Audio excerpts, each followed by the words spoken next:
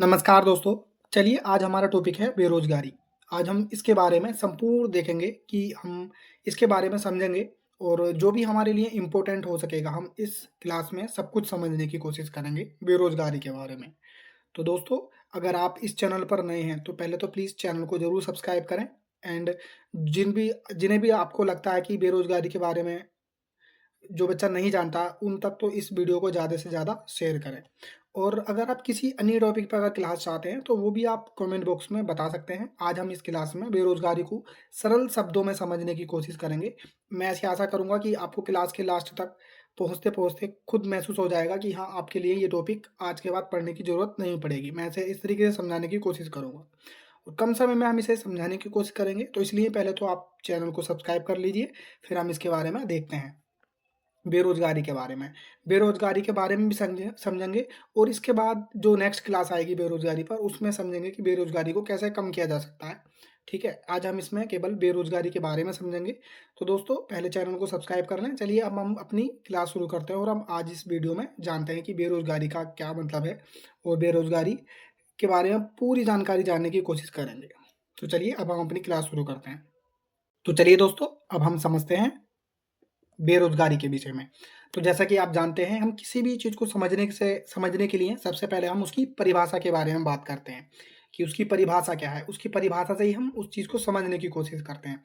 तो हम पहले इसकी परिभाषा को ही समझेंगे, लेकिन मैं आपको एक बात बता दूँ कि परिभाषा से आपको जितना समझ में आएगा बेरोज़गारी, उससे कहीं ज़्यादा इसके प्रकार को जानने से आपको समझ में आएगा कि परिभाषा बेरोज़गारी होता क्या है? हालाँकि हम इसमें पहले बेरोज़गारी की परिभाषा के बारे में बात करेंगे, लेकिन मैं आपको पहले ही बता दूँ कि आप अगर इसके प्रकार को समझेंगे अच्छे तरीके से, ध्यान से, तो आपको ज़्यादा समझ में आएगा बेरोज़गारी का अर्थ और आपको ये भी पता लगेगा क्योंकि बहुत सारे स्टूडेंट इस वीडियो को देखेंगे, तो उन्हें भी पता लगेगा कि वो किस प्रकार की बेरोज़गारी में आते हैं या कुछ इस प्रकार के व्यक्ति होते हैं, जो कुछ जॉब कर रहे होते हैं, लेकिन कुछ समय के लिए छोड़ देते हैं। तो वे व्यक्ति किस बेरोज़गारी में आते हैं, उनके बारे में बात करेंगे हम। इसमें सारे टॉपिक जितने भी इम्पोर्टेंट टॉपिक हो सकेंगे बेरोज़गारी से रिलेटेड, हम सबको कंप्लीट करने की कोशिश करेंगे। तो पहले हम अगर इसकी परिभाषा को देखते हैं कि बेरोज़गारी की परिभाषा क्या हो सकती है। तो परिभाषा से समझने से पहले आपको एक बात सुनें कि इस परिभाषा की बेरोज़गारी की परिभाषा समझने के लिए आपको मेरी बात ध्यान से सुनें कि देखो, हम यहाँ पर बेरोज़गारी स्थिति के बारे में बात करेंगे। आप ऐसा थोड़ा-सा सोचिए कि स्थिति के बारे में बात करेंगे हम, ठीक है? स्थिति यानी कि वह स्थिति यानी कि वह कोई स्थिति ऐसी होगी जिसमें व्यक्ति सक्रियता से रोजगार या काम की तलाश करता है और उसे काम या रोजगार नहीं मिलता है, तो वह स्थिति जो है बेरोजगारी कहलाती है। इस तरीके से कह सकते हैं आप, ठीक है? अगर आपको समझ में नहीं आया तो आप ध्यान से सुने। वह स्थिति जब एक व्यक्ति सक्रियता से रोजगार या काम की तलाश करता है और उसे रोजगार या काम नहीं मिलता है, तो उस स्थिति को बेरोजगारी कहते हैं, ठीक है? अब ऐसी स्थिति जब एक व्यक्ति सक्रियता से काम या रोज़गार ढूँढ रहा होता है, लेकिन उसे रोज़गार ना मिले, तो उस स्थिति को जो है ना हम बेरोज़गारी कहते हैं। आई होप आपके इसके विषय में समझे। अब मैंने कहा कि इसके बेरोज़गारी की परिभाषा से ज़्यादा समझ में आएगा आपको, बेरोज़गारी के प्रकार से आपको समझ में आएगी बेरोज़गारी।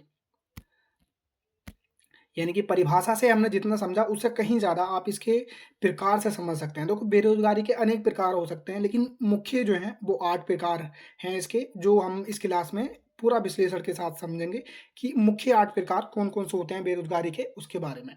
हम इस वीडियो में संपूर्ण जानेंगे 8 प्रकार के बारे में। तो चलिए एक-एक करके हम डिटेल में समझेंगे और वीडियो के लास्ट में आपके लिए कुछ क्वेश्चंस भी होंगे इनसे रिलेटेड, तो वो आप क्वेश्चंस का जवाब कमेंट बॉक्स में ज़रूर दें। चलिए अब हम इसके मुख्य 8 प्रकार को समझते हैं और जैसा मैंने कहा कि बेरोज़गारी की परिभाषा से ज़्यादा समझ में आएँगे आपको उसके प्रकारों से। अगर आप इसके प्रकार अगर ध्यान से समझ लेते हैं, तो पूरी बेरोज़गारी आपको बहुत अच्छे से समझ में आएगी। मैं ऐसी आशा करता हूँ। चलिए अब हम इसके 8 प्रकार देखते हैं। चलिए, मैं पहले तो आपको बेरोज़गारी के प्रकार बता देता हूँ, फिर वन बाय वन हम एक-एक करके सारे प्रकार को डिटेल में समझेंगे, ठीक है? तो बेरोज़गारी के अगर हम प्रकार की बात करें, तो इसमें अगर हम बात करें सबसे पहले तो ऐच्छिक बेरोज़गारी, ठीक है? सेकंड शिक्षित बेरोज़गारी क्या होती है, हम सारा इसके डिटेल में समझेंगे। ऐच्छिक बेरोज़गारी क्या होती है या आदर्शीय या प्रच्छन्न बेरोज़गारी क्या होती है, इसके बारे में भी समझेंगे।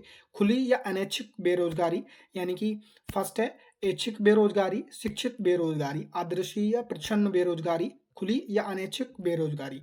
नेक्स्ट देखते हैं हम मौसमी बेरोज़गारी, चक्रीय बेरोज़गारी, संरचनात्मक बेरोज़गारी, घर्षणात्मक बेरोज़गारी। हम इन 8 के बारे में डिटेल में समझेंगे। मैंने ये पहले आपको इस बीच से बता दिए कि जो बच्चे इंटरेस्टेड ना हो जिन्हें, तो वो प्लीज़ वीडियो छोड़ कर के जा सकते हैं। लेकिन अब जिन्हें इसके बारे में समझना है, तो वो प्लीज़ क लास्ट तक बने रहें और आपको इन सब के बारे में समझने के बाद आपको समझ में आएगी बेरोज़गारी। इसलिए मैंने आपको ये पहले बता दी, क्योंकि आप अपना टाइम वेस्ट ना करें। इसलिए मैंने ये आपको पहले बता दी। चलिए अब हम इनकी बेरोज़गारी के प्रकारों को एक-एक करके सबको समझते हैं। तो सबसे पहले हम देखेंगे ऐच्छिक बेरोज़गारी के बारे में कि ऐच्छिक बेरोज़गारी क्या होती है, और ज़्यादातर स्टूडेंट जो है ना, वो इसी बेरोज़गारी में आते हैं। चलिए हम पहले समझते हैं ऐच्छिक बेरोज़गारी के बारे में। तो चलिए दोस्तों, पहले हम समझते हैं बेरोज़गारी के प्रकार में ऐच्छिक बेरोज़गारी के बारे में। पहले हम इसकी परिभाषा को देखेंगे, उसके बाद हम इसके कुछ उदाहरणों को देखेंगे, जिससे कि आपको ये अच्छे से समझ में आएगा। तो हम ऐच्छिक बेरोज़गारी की बात करें तो कि ऐच्छिक बेरोज़गारी की अगर परिभाषा में बात करें, तो मैं आपकी 2 परिभाषा बताऊँगा, आपको दोनों से सैटिस्फैक्शन मिलेगा। तो तो चलिए दोस्तों, हम बेरोज़गारी के प्रकार में सबसे पहले ऐच्छिक बेरोज़गारी के बारे में बात करते हैं। पहले हम इसकी परिभाषा को देखेंगे, उसके बाद हम 1-2 एग्ज़ाम्पल देखेंगे, जिससे हमें ये समझ में आ जाए। तो पहले हम अगर परिभाषा को देखें, मैं आपको 2 परिभाषाओं के बारे में बताता हूँ। ऐसा कह दीजिए, मान लीजिए सुनिए कि जब व्यक्ति प्रचलित बाज़ार दर पर काम करने को तैयार नहीं होता है, तो उस स्थिति को जो है ना, ऐच्छिक बेरोज़गारी कहते हैं। मतलब कि कोई व्यक्ति ऐसा होता है कि जो जो बाज़ार दर चल रही होती है, उस पर कार्य करने के लिए तैयार नहीं होता है। कि फॉर एग्ज़ाम्पल जैसे मान लीजिए किसी व्यक्ति की योग्यता है, किसी व्यक्ति की इच्छा है कि वे कोई गवर्नमेंट जॉब की तैयारी करे, ठीक है? लेकिन वो प्राइवेट जॉब नहीं करना चाहता, तो वे कहाँ काउंट होगा? वे ऐच्छिक बेरोज़गारी में। मान लीजिए कोई गवर्नमेंट जॉब की तैयारी करना चाहता है, तो वो प्राइवेट जॉब नहीं करेगा। कहने का मतलब है कि वे ऐच्छिक बेरोज़गारी में आएगा। आई होप आपको ये समझ में आया होगा। तो चलिए दोस्तों, अब हम बेरोज़गारी के प्रकार में शिक्षित बेरोज़गारी के बारे में बात करते हैं, ठीक है? शिक्षित बेरोज़गारी की हम पहले परिभाषा को समझेंगे, उसके बाद हम इसके कुछ उदाहरण देखेंगे, जिससे आपको समझ में आ जाएगा। शिक्षित बेरोज़गारी की अगर परिभाषा की बात करें, शिक्षित होने के बाद भी रोज़गार ना मिलना, ठीक है? रोज़गार का ना मिलना, यानी कि मान लीजिए कोई व्यक्ति शिक्षित है, लेकिन उसके बाद भी उसे रोज़गार ना मिले, तो वे स्थिति जो होती है, वे शिक्षित बेरोज़गारी में काउंट की जाती है। अब आप प्लीज़ कमेंट बॉक्स में ज़रूर बताएँ कि आप किस कैटेगरी में आते हैं, तो क्योंकि इससे पता चल जाएगा कि आपको समझ में आया या नहीं आया, ठीक है? शिक्षित बेरोज़गारी वे होती है, जो शिक्षित होने के बाद भी रोज़गार ना मिले, तो इस स्थिति को हम शिक्षित बेरोज़गारी कहते हैं। नेक्स्ट को देखते हैं। तो चलिए दोस्तों, हम बेरोज़गारी के प्रकार में प्रच्छन्न या आदर्शीय बेरोज़गारी के बारे में बात करते हैं। पहले हम इसकी परिभाषा को देखेंगे, उसके बाद हम इसके उदाहरणों को देखेंगे, तो आपको ये समझ में आ जाएगा। आई होप अगर आपको प्रच्छन्न समझ में ना आया होगा, लेकिन आदर्शीय ज़रूर समझ में आ गया होगा। तो आप आदर्शीय शब्द से ही इसे जोड़ कर के देख सकते हैं। देखो, जब किसी काम या रोज़गार में कोई भी व्यक्ति अगर कोई भी काम या रोज़गार में अगर आवश्यकता से अधिक लोग शामिल होते हैं, यानी कि किसी भी कार्य या रोज़गार में आवश्यकता से अधिक लोग जुड़े होते हैं और उन्हें अगर उत्पादन से हटा भी दिया जाए, यानी कि कुछ लोग अधिक जुड़े होते हैं किसी भी जो रोज़गार से, अगर उन्हें हटा भी दिया जाए, तो उनके उत्पादन में कोई प्रभाव नहीं पड़ता। तो ऐसी ही रो बेरोज़गा इसी बेरोज़गारी को प्रच्छन्न या आदर्शीय बेरोज़गारी कहते हैं, ठीक है? जो दिखे ना, आदर्शीय का मतलब होता है जो दिखे ना, यानी कि किसी भी काम में बहुत ज़्यादा लोग लगे हुए हैं, लेकिन अगर उन लोगों में से अगर कुछ लोगों को हटा भी दिया जाए, तो उसके उत्पादन पर कोई प्रभाव नहीं पड़ता। तो ऐसी ही बेरोज़गारी को आदर्शीय या प्रच्छन्न बेरोज़गारी कहते हैं, यानी कि जो बेरोज़गारी दिखाई ना दे। अब ऐसा मान लीजिए, इसका सबसे बड़ा एग्ज़ाम्पल जो है भारत में कृषि क्षेत्र में ये बेरोज़गारी पाई जाती है। आप इसको देख सकते हैं। आदर्शीय बेरोज़गारी का सबसे बड़ा जो उदाहरण अगर से समझेंगे आप, तो भारत में कृषि क्षेत्र को आप देख सकते हैं। जैसे कि कोई भी ये व्यवस्था आपने गाँव में ज़्यादा देखी होगी, अगर आप गाँव से बिलॉन्ग करते होंगे, तो आपको ज़रूर समझ में आएगा कि कोई भी खेत में पूरा परिवार लगा होता है। हालाँकि अगर हम उस परिवार में से कुछ सदस्यों को उस काम में से हटा भी दें, तो उसके उत्पादन पे कोई प्रभाव नहीं पड़ेगा। लेकिन गाँव में आपने ये समस्या ज़्यादा देखी होगी। तो ये जो बेरोज़गारी है कि थोड़े-से लोगों की ज़रूरत में ज़्यादा लोगों को लगना, ये जो है प्रच्छन्न या आदर्शीय बेरोजगारी में काउंट किया जाता है। आई होप इसके विषय में समझ होंगे आप। अब हम नेक्स्ट को देखते हैं। अब हम समझते हैं बेरोजगारी के प्रकार में अनैच्छिक या खुली बेरोजगारी के बारे में। तो चलिए दोस्तों, अब हम बात करते हैं बेरोजगारी के प्रकार में अनैच्छिक या खुली बेरोजगारी के बारे में। इसको तभी समझ में आएगा आपको जब आपने ऐच्छिक बेरोजगारी सही से समझी होगी। तो मैं ऐच्छिक बेरोजगारी को एक बार आपको बता देता हूँ। तो कुछ जब व्यक्ति प्रचलित बाजार दर पर काम करने को तैयार नहीं होता ना, तो उस स्थिति को ऐच्छिक बेरोजगारी कहते हैं। एक बार और बता सकता हूँ मैं, जब व्यक्ति प्रचलित बाजार दर पर काम करने को तैयार नहीं होता है, तो उस स्थिति को जो है ना, ऐच्छिक बेरोजगारी कहते हैं। अब उसका थोड़ा-सा अपोज़िट अगर आप देखेंगे, अनैच्छिक या खुली बेरोज़गारी, यहाँ पर मैंने अनैच्छिक इसी वजह से लिखा है कि आपको ऐच्छिक बेरोज़गारी समझ में आया होगा, तो ऑटोमैटिकली अनैच्छिक बेरोज़गारी या खुली बेरोज़गारी को ही समझ जाएँगे आप। अनैच्छिक को ही खुली बेरोज़गारी कहते हैं, अनैच्छिक बेरोज़गारी कह सकते हैं आप इसे या खुली बेरोज़गारी। चलिए अब हम देखते हैं अनैच्छिक या खुली बेरोज़गारी के बारे में। अगर हम इसकी परिभाषा देखें, तो बिल्कुल विपरीत होगी अनैच्छिक ऐच्छिक बेरोज़गारी के। तो हम कैसा देख सकते हैं कि देखो, व्यक्ति जब प्रचलित बाज़ार दर पर रोज़गार या काम नहीं मिलता है, तो उस स्थिति को हम अनैच्छिक या खुली बेरोज़गारी कहते हैं। ऐसा मान लीजिए उसमें ऐच्छिक बेरोज़गारी में था कि कोई व्यक्ति किसी बाज़ार दर पर कार्य करने को तैयार नहीं होता है, ठीक है? लेकिन अनैच्छिक बेरोज़गारी में क्या होता है कि कोई व्यक्ति बाज़ार दर पर उसे काम ही नहीं मिलता है। ऐसा मान लीजिए कि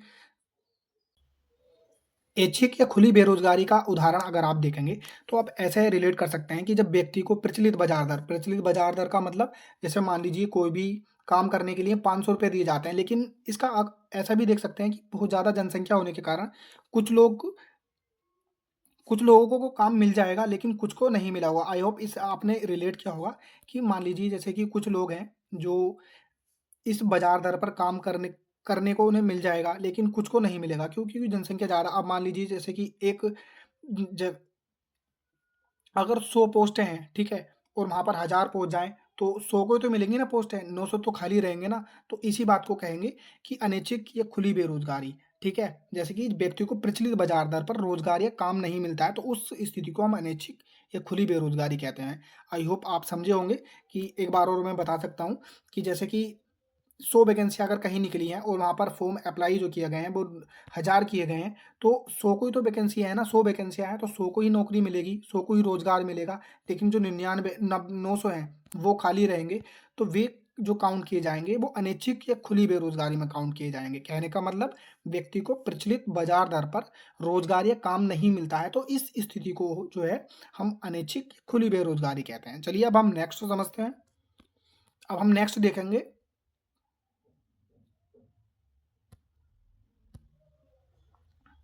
अब हम नेक्स्ट समझेंगे चक्रीय बेरोज़गारी के बारे में, ठीक है? इसकी पहले हम डेफ़िनिशन देखेंगे, फिर इसके हम कुछ उदाहरण।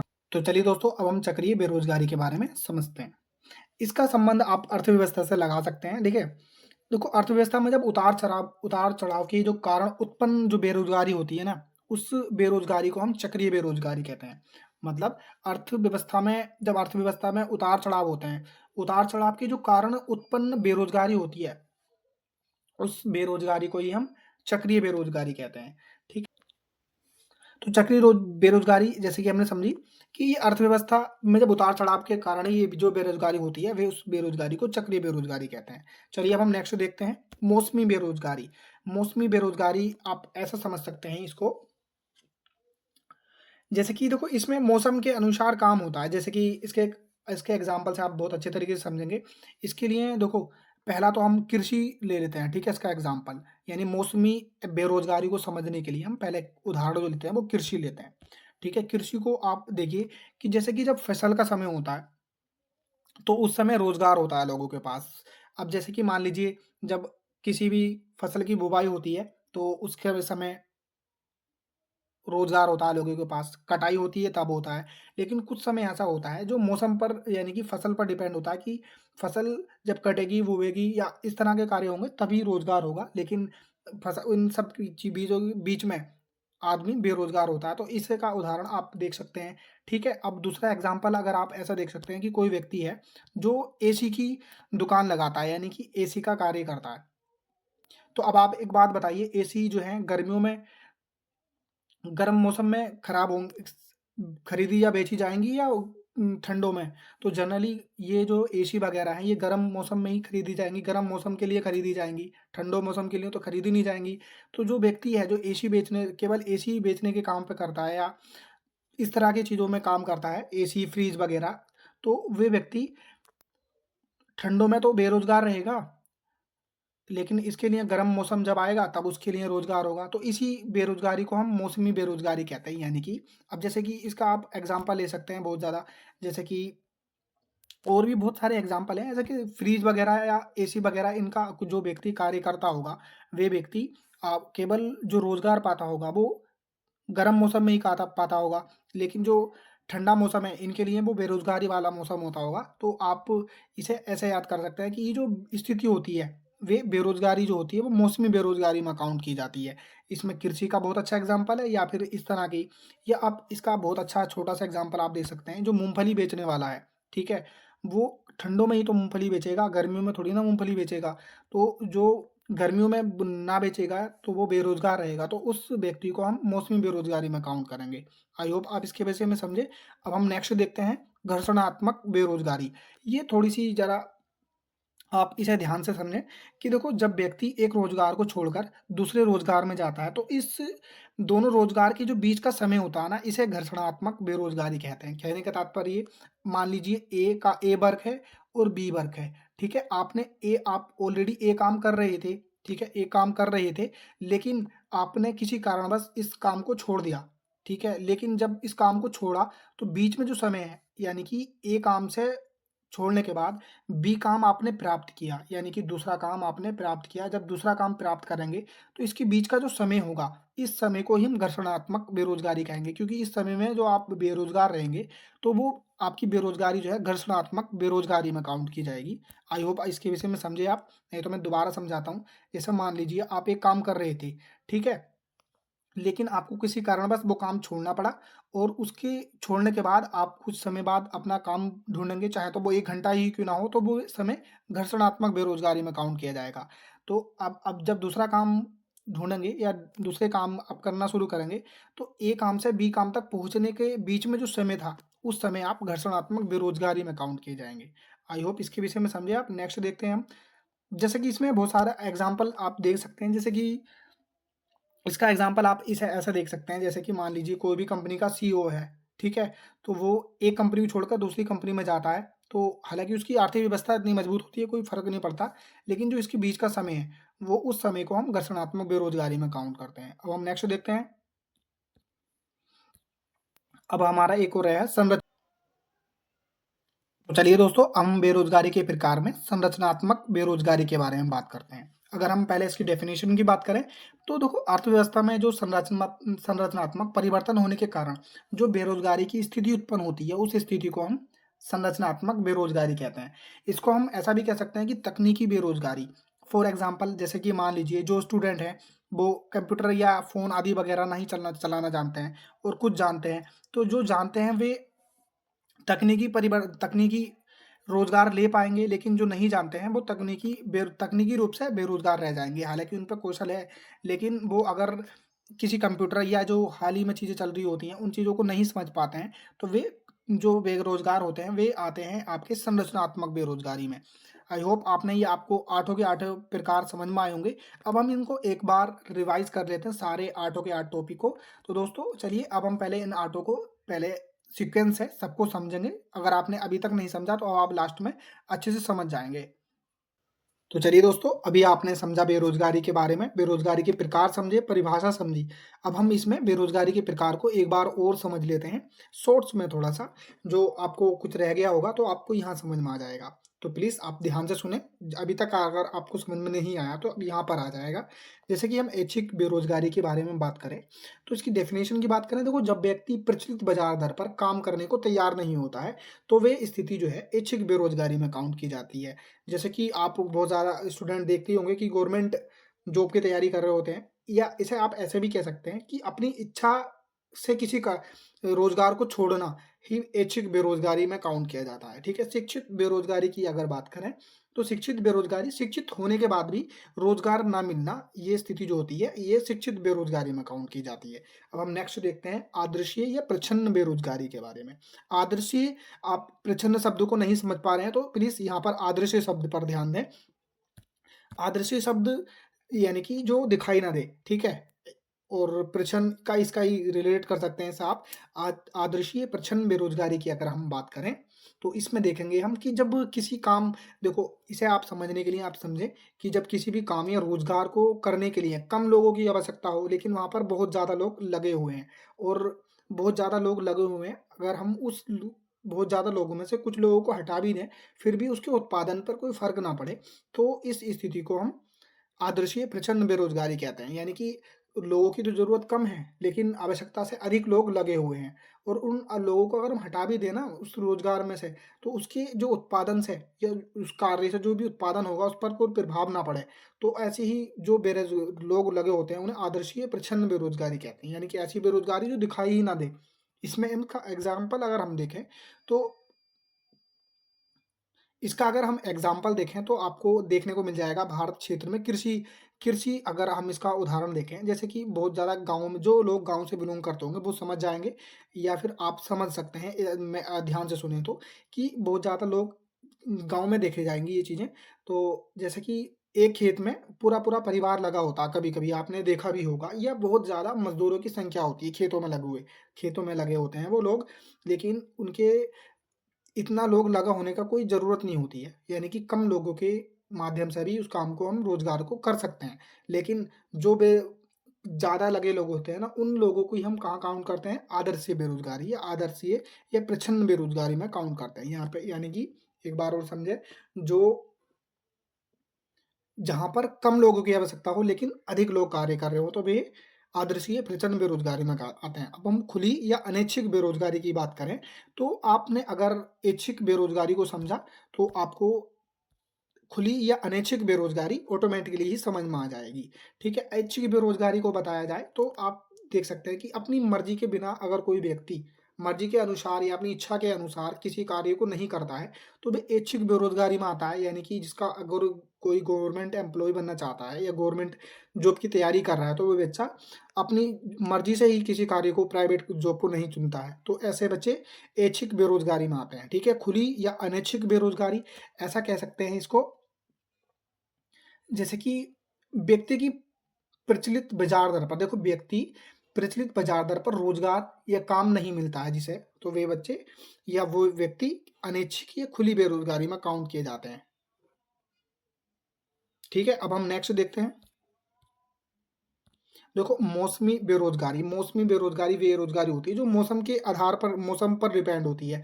अब यहाँ पर हम मौसमी बेरोज़गारी को अगर देखें, तो कोई इसमें मौसम के अनुसार काम होता है, ठीक है? अब इसके बहुत सारा एग्ज़ाम्पल देखने को मिल सकते हैं। देखिए जैसे जैसे कि आपने देखे होंगे, ठंडों में मूँगफली बेचने वाले अधिक देखने को मिलते हैं, ठीक है? गर्मियों में नहीं होते, क्योंकि मौसम की जो क्या बोलते हैं, मूँगफली की फसल है, वो केवल ठंडों में आती है। तो आपको देखने को मिलेगा कि बहुत ज़्यादा लोग रेडी लगाए हुए मिलेंगे आपको मूँगफली की। लेकिन जो वो गर्मियों में तो नहीं मिलते, तो आप इसे ऐसा कह सकते हैं, हालाँकि वो दूसरा काम कर लेते हैं, लेकिन अगर हम उन्हीं के आधार पर बात करें, तो जो मूँगफली बेचने वाले हैं, वो ठंडों में बेचते हैं, तो ठंडों में तो उन पर रोज़गार होता है, लेकिन गर्मियों में तो नहीं बेचते ना, तो आप उन्हें देख सकते हैं कि वो गर्मियों में बेरोज़गार रहते हैं। तो ऐसी बेरोज़गारी को हम मौसमी बेरोज़गारी कहते हैं। अब हम नेक्स्ट देख सकते हैं कि हम एसी या फ्रिज बेचने वाले से अगर हम इसकी तुलना करें, तो आई होप आपको मौसमी बेरोज़गारी समझ में आई होगी। इसका आप 1-2 एग्ज़ाम्पल और देख सकते हैं, जैसे कि जो फ्रिज, एसी वग़ैरह बेचने वाले की दुकान होती है या बेचने वाला व्यक्ति होता है, उसको आप देख सकते हैं। जैसे कि फ्रिज या एसी वग़ैरह ये सब गर्म मौसम में ही बिकते हैं, हालाँकि ठंडों में तो नहीं बिकते हैं ना। तो जो इसका मौसम होता है वो गरम गरम मौसम ही होता है, एसी या फ्रिज वग़ैरह का। तो जो ठंडों का मौसम होता है उसमें वो बेरोज़गार रहते हैं, तो उन्हें भी आप मौसमी बेरोज़गारी में काउंट कर सकते हो। ठीक है, अब हम नेक्स्ट देखते हैं चक्रीय बेरोज़गारी। तो वो चक्रीय बेरोज़गारी जो होती है, वो अर्थव्यवस्था में उतार-चढ़ाव के कारण उत्पन्न होने वाली स्थिति को हम चक्रीय बेरोज़गारी में काउंट करते हैं। नेक्स्ट देखते हैं हम संरचनात्मक बेरोज़गारी। संरचनात्मक बेरोज़गारी की अगर बात करें, तो अर्थव्यवस्था में संरचनात्मक परिवर्तन होने के कारण जो बेरोज़गारी की स्थिति उत्पन्न होती है, उसको ही हम संरचनात्मक बेरोज़गारी कहते हैं। अब घर्षणात्मक बेरोज़गारी जनरली ये आपको समझ में आएगी अच्छे से कि घर्षणात्मक बेरोज़गारी जो होती है, जब व्यक्ति एक रोज़गार को छोड़कर किसी दूसरे रोज़गार में, आप इसे उदाहरण से समझें, जैसे कि मान लीजिए कोई व्यक्ति इस रोज़गार में है और उसको दूसरे रोज़गार में जाना है, ठीक है? तो जो यहाँ से यहाँ तक जाने का समय फॉर एग्ज़ाम्पल जैसे कि आज उसने व्यक्ति ने किसी कार्य को छोड़ा और 6 महीने बाद उसने दूसरा कार्य पकड़ा, तो जो इसके बीच में जो समय था, वे जो है घर्षणात्मक बेरोज़गारी में काउंट किया जाएगा। आई होप आपको समझ में आया होगा। एक बार और मैं आपका रिवीज़न करा देता हूँ। ऐच्छिक बेरोज़गारी वे होती है जब व्यक्ति प्रचलित बाजार दर पर काम करने को तैयार नहीं होता, ठीक है? सेकंड, शिक्षित बेरोज़गारी वे होती है शिक्षित होने के बाद भी रोज़गार ना मिलना। आदर्श मन से अपनी मन की इच्छा से किसी कार्य को करने के लिए तैयार नहीं होता है, तो वे ऐच्छिक बेरोज़गारी में काउंट किया जाता है। शिक्षित बेरोज़गारी, शिक्षा होने के बाद भी रोज़गार ना मिलना। आदर्शीय परिच्छन बेरोज़गारी, जहाँ पर आवश्यकता कम लोगों की हो लेकिन अधिक लोग कार्य कर रहे हों, तो उस ऐसी बेरोज़गारी को हम आदर्शीय प्रच्छन्न बेरोज़गारी कहते हैं, जो कृषि में आपको ज़्यादा देखने को मिलेगी, ठीक है? खुली या अनैच्छिक बेरोज़गारी। ऐच्छिक बेरोज़गारी का बिल्कुल अपोज़िट होता है खुली या अनैच्छिक बेरोज़गारी, यानी कि जो अपनी मर्ज़ी से कार्य छोड़ रहा है, ये एक ऐच्छिक बेरोज़गारी हुआ। खुली या अनैच्छिक बेरोज़गारी, जो प्रचलित बाज़ार दर पर या निर्धारित बाज़ार दर पर काम करने को तैयार तो है, लेकिन उसको कार्य ना मिलना, ठीक है? सेकंड है मौसमी बेरोज़गारी, जैसा कि आपने समझा कि मौसम पर डिपेंड होती है, जैसे मूँगफली वाले की दुकान या एसी या फ्रिज वगैरह, या आप इसे फसल से भी रिलेट कर सकते हैं। जैसे कि कुछ समय होता है फसल का, एक ही समय होता है, उसी के आधार पर फसल की कटाई, बुवाई आदि होती है, लेकिन उसके बाद का समय आदमी बेरोज़गार रहते हैं। चक्रीय बेरोज़गारी की अगर बात करें, तो देखो अर्थव्यवस्था में जो उतार-चढ़ाव होने के कारण जो उत्पन्न स्थिति या बेरोज़गारी होती है, उसे हम चक्रीय बेरोज़गारी में करते हैं काउंट। संरचनात्मक बेरोज़गारी की अगर बात करें, तो संरचनात्मक बेरोज़गारी की अगर हम बात करें, तो अर्थव्यवस्था में वो संरचनात्मक परिवर्तन होने के कारण जो बेरोज़गारी उत्पन्न होती है, उसे हम संरचनात्मक बेरोज़गारी कहते हैं। तकनीकी में परिवर्तन के कारण हो सकती है ये। घर्षणात्मक मैंने बताया कि कोई व्यक्ति एक कार्य को छोड़कर दूसरे कार्य को जॉइन करता है, तो उसके बीच का समय में वो घर्षणात्मक बेरोज़गारी में काउंट किया जाता है। तो दोस्तों आप प्लीज़ इस क क्लास के बारे में कमेंट बॉक्स में ज़रूर बताएँ, और आप इतनी सारी चीज़ों के बारे में जानते थे या नहीं, इसके बारे में भी आप बताएँ। और आपके लिए क्वेश्चन्स ये है कि आप किस बेरोज़गारी में काउंट होते हैं या गिने जाते हैं, तो प्लीज़ उसके बारे में कमेंट बॉक्स में ज़रूर बताएँ। और इस पहले चैनल को ज़रूर सब्सक्राइब करें एंड अपने दोस्तों तक ज़्यादा से ज़्यादा शेयर करें, और जो बेरोज़गारी के बारे में नहीं जानते, उन तक तो ख़ास करके शेयर करें। तो दोस्तों, thank you for watching this video. जय हिंद, जय भारत।